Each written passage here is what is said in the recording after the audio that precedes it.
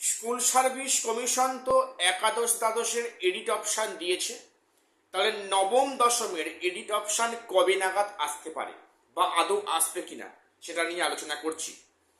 এবং একাদশ দ্বাদশের সমস্ত ওবিসি ক্যান্ডিডেট কি এই কাজটা করতে হবে?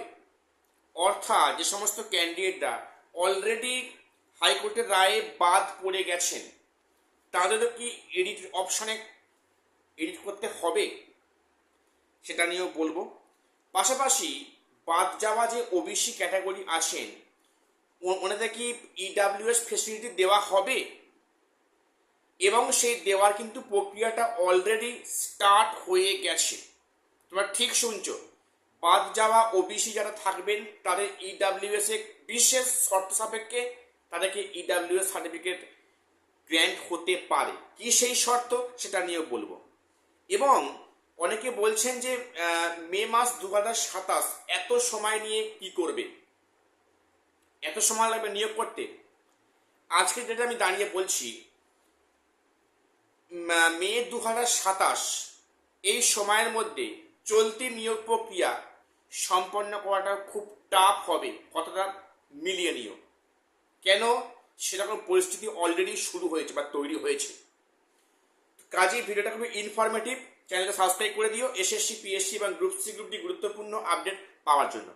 আজকে প্রথমে বলবো যে একাদশ দ্বাদশের তো এডিট অপশান দিয়েছে, সেক্ষেত্রে সমস্ত ওবিসি ক্যাটাগরি অর্থাৎ যারা আগে ওবিসি এ বি আলাদা ছিল, 77 যে জনগোষ্ঠীকে ওবিসি লিস্ট থেকে বাদ দেওয়া হয়েছে কোর্টের নির্দেশে, সেই সমস্ত ওবিসিরাও কি এডিট অপশানে এডিট করতে পারবে? উত্তর হবে হ্যাঁ। এখানে সমস্ত ওবিসিকে এই আপডেশনের কাজটি করতে হবে নির্দিষ্ট সময়সীমা, ওই 20 আগস্ট থেকে 25 আগস্ট ওই সময়সীমার মধ্যে। এবং যারা আবেদন করবে, এডিট করবে, তারা দেরি করো না, কারণ শেষের দিকে সার্ভারে ইস্যু থাকতে পারে, রিস্ক নিও না। তোমরা কিন্তু এটা 2-1 দিনের মধ্যেই কাজটা যারা করার করে নাও, সেরে ফেলো, কাল বিলম্ব করো না। এইবারে যে সমস্ত ওবিসি সাব ক্যাটাগরি বাদ গেছে, সাবকাস্ট যেগুলো বাদ গিয়েছে অলরেডি, সেক্ষেত্রে এডিট করার সময় নির্দিষ্ট যে সাবকাস্ট যে লিস্টে সম্ভবত তাদের সেখানে নাম শো সাবকাস্টটা শো করবে না। অর্থাৎ এনারা কিন্তু অটোমেটিক্যালি ওনারা সেখানে জেনারেল ক্যাটাগরি রূপে গণ্য হবে। এবং যাদের 66টা লিস্টের মধ্যে সাবকাস্টের মধ্যে নাম আছে ওনারা কিন্তু এডিট অপশান করতে পারবেন। এবং এখানে যেটা বিষয় যে এখানে কিন্তু আর সময় দেওয়া হবে না, যা করার কিন্তু 25 আগস্টের মধ্যে করতে হবে। আর অনেকে প্রশ্ন যে তাহলে কি এটা 7%-এর দিকে শেষ অবধি আগাচ্ছে? এখনো অবধি খুব চাতুর্যপূর্ণভাবে স্কুল সার্ভিস কমিশন 7%-এর কথা কোথাও বলছে না, কিন্তু ইনডিরেক্টলি সেখানে 7%-এর প্রক্রিয়াগুলো শুরু করেছে। তার মানে কি কনফার্ম 7%-এ নিয়ে হচ্ছে সেটা এখনো বলা যাবে না। আগামী 21 আগস্ট তারিখে এটা নিয়ে একটা মামলা আছে সুপ্রিম কোর্টে, সেখানে একটা আভাস পাবো যে অ্যাকচুয়ালি অনগোয়িং প্রসেস কোন পথে হাঁটবে, 7 না 17। এখনই এই মুহূর্তে শিওরলি বলা যাচ্ছে না, কিন্তু সরকারি যা পদক্ষেপ তাতে মনে হয় যেন 7% ধরেই কাজ কিন্তু আগানোর চেষ্টা হচ্ছে। এইবারে বলি, নবম দশমে এডিট অপশান কবে দেওয়া হবে? অবশ্যই দেওয়া হবে। 11-12 দেওয়া হয়েছে মানে 9-10-এ এডিট অপশান দেওয়া হবে। তবে সম্ভবত একাদশ দ্বাদশের পার্টটা মিটে গেলে তারপরেই 9-10-এ এডিট অপশান দেওয়া হবে। অর্থাৎ যারা ওবিসি তারা কিন্তু এডিট করতে পারবে, সেই সুযোগটুকু দেওয়া হবে।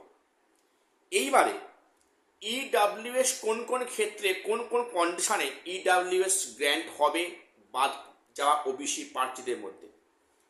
তোমরা দেখো, গত সম্ভবত কালকে দেখলাম পুলিশ রিক্রুটমেন্ট বোর্ড থেকে বিজ্ঞপ্তি দেওয়া হয় এবং সেখানে যে সমস্ত জনগোষ্ঠীরা বাদ যায়, সাবকাস্টগুলো বাদ যায় ওবিসি থেকে, তাদের যে জেনারেল ক্যাটাগরিতে পাঠানো হবে এবং এ নিয়ে মানে কলকাতা হাইকোর্টে মামলাও হয়েছে, সেটা আজকের বিষয় নয়।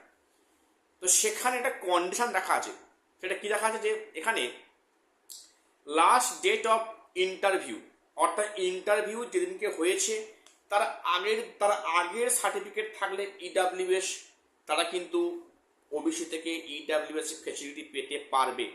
কিন্তু সেই ডেট, ইন্টারভিউ ডেট বা তার পরের ডেটে যদি সার্টিফিকেট ইস্যু হয় ইডাব্লিউএস, সেক্ষেত্রে কিন্তু ওবিসিরা ইডাব্লিউএস ফেসিলিটি পেতে পারে না, ওনারা কিন্তু জেনারেল ক্যাটাগরিতে ট্রান্সফার হবে। তো বুঝতে পারলে? তাহলে এখানে কি বলেছে যে পুলিশের ক্ষেত্রে ইন্টারভিউয়ের আগে যদি ইডাব্লিউএস সার্টিফিকেট ইস্যু হয় সেই সার্টিফিকেট কিন্তু গ্র্যান্ট হবে এক্ষেত্রে, আদারওয়াইজ হবে না। এবারে একাদশ দ্বাদশ এসএলএসটি এখানেও কিন্তু একটা শর্ত আসতে পারে, সম্ভাবনা আছে। সেখানে হয়তো একটা কন্ডিশন দেবে যে ইন্টারভিউ ডেট কি, সেখানে হচ্ছে কি সেখানে কি বলবে যে এই ডেট অবধি ওর আগে যে সমস্ত ওবিসিরা ইডাব্লিউএস সার্টিফিকেট আছে ওনারা সেক্ষেত্রে ইডাব্লিউএস ফেসিলিটি নিতে পারবেন। একটা অপশান দেওয়ার কিন্তু সম্ভাবনা আছে, যেহেতু পুলিশে দিয়েছে এখানেও কিন্তু অবশ্যই দেবে। কাজেই ওবিসি যারা বাদ যাচ্ছেন 60% করার ফলে সেক্ষেত্রে হয়তো এডিট অফ মানে সেখানে কিন্তু মানে ইডাব্লিউএস ফেসিলিটি দেওয়া হবে যেমনটি পুলিশে দেওয়া হয়েছে।